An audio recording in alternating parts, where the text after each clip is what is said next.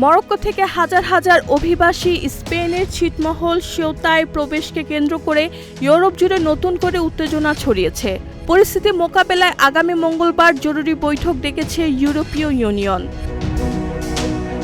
বিবিসির প্রতিবেদনে বলা হয়েছে, সাম্প্রতিক ঘটনায় প্রায় ৬০,০০০ অভিবাসী সেউতায় প্রবেশ করেন।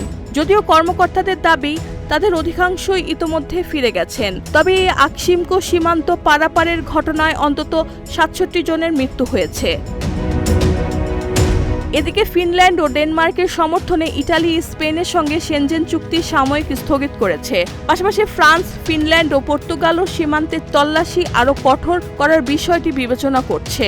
স্পেন এই পদক্ষেপকে স্বার্থপর, বিভাজনমূলক ও বেআইনি বলে কড়া সমালোচনা করেছে। অভিবাসন সংকট নিয়ে উদ্বেগ জানিয়ে ইইউর ২২ নেতা একটি যৌথ চিঠিতে স্বাক্ষর করেছেন। সেখানে বলা হয়েছে, ইউরোপে অবৈধভাবে প্রবেশ করা সম্ভব এমন ধারণা ছড়িয়ে পড়লে আরও অভিবাসী ঝুঁকিপূর্ণ পথে যাত্রা করতে উৎসাহিত হবে এবং পুরো ইউরোপের অভিবাসন নীতি চাপে পড়বে। অন্যদিকে স্পেনের প্রধানমন্ত্রী পেদ্রো সানচেজ জানিয়েছেন, মাত্র ৪৮ ঘন্টার মধ্যেই সরকার সীমান্তের নিয়ন্ত্রণ পুনরুদ্ধার করেছে এবং অবৈধ অনুপ্রবেশের ঢল ঠেকাতে সক্ষম হয়েছে। এখন নজর আগামী মঙ্গলবারের ইইউ জরুরি বৈঠকের দিকে।